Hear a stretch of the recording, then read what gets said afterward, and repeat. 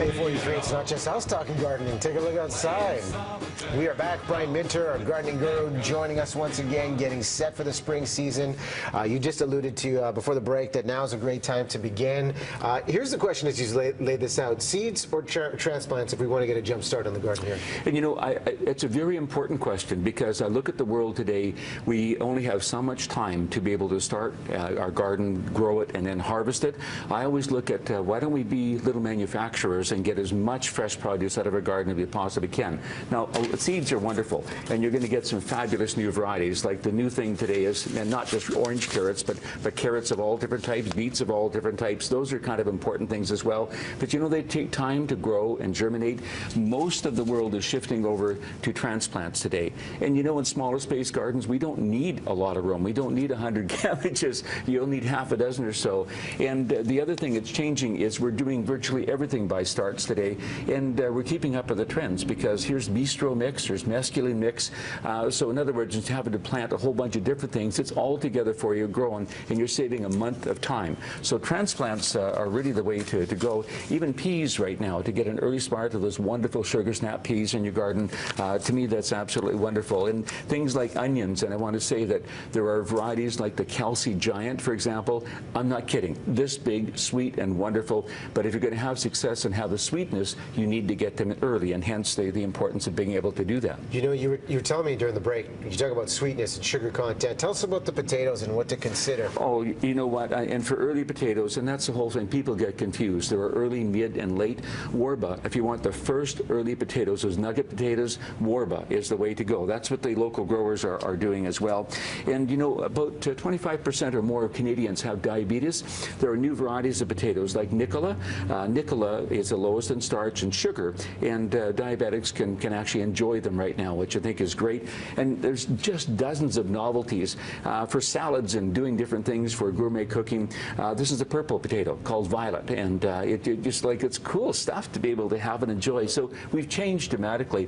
One of the big changes, of course, is this whole thing about simply salad, and where people don't have a lot of space, but what we've gone to in the industry is chefs and say, hey, tell us what flavors to blend together. So there's 5 different varieties, Asian blends, and you know, City Garden is my favorite over here. But look at the color, the attractiveness. A garden should not just be utilitarian, it should be beautiful as well. And for the younger generation who love kale, this is a blend of kales for early, mid-season, and late. So you put them in, you start eating right away, which is quite fun. Then that's a kale. Well done. Too. And I just wanted to point out, you don't have to put things in giant pots anymore. You don't need a lot of space.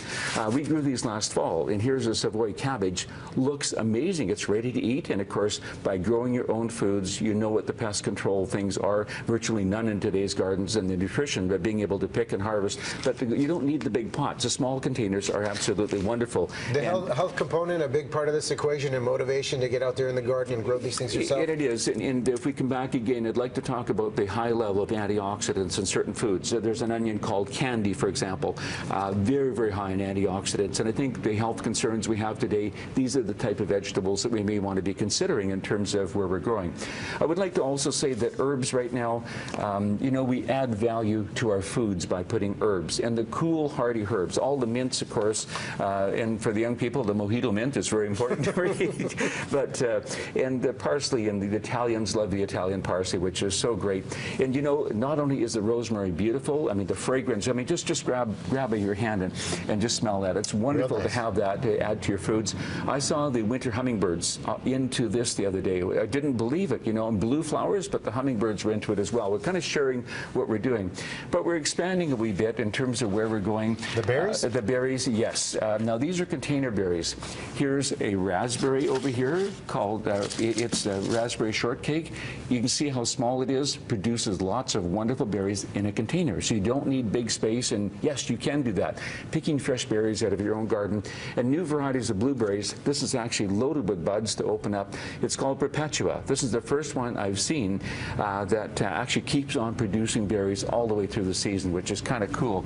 And in today's garden, rhubarb is a biggie. Oh my gosh. And there's so many varieties of them out there, but for all kinds of desserts and so on, the rhubarb is really gaining popularity, and it takes so little space to have a continuous supply from early spring until it gets hot in the summertime. And of course, additives, here's horseradish, and it's a perennial vegetable, like the rhubarb. It comes back again.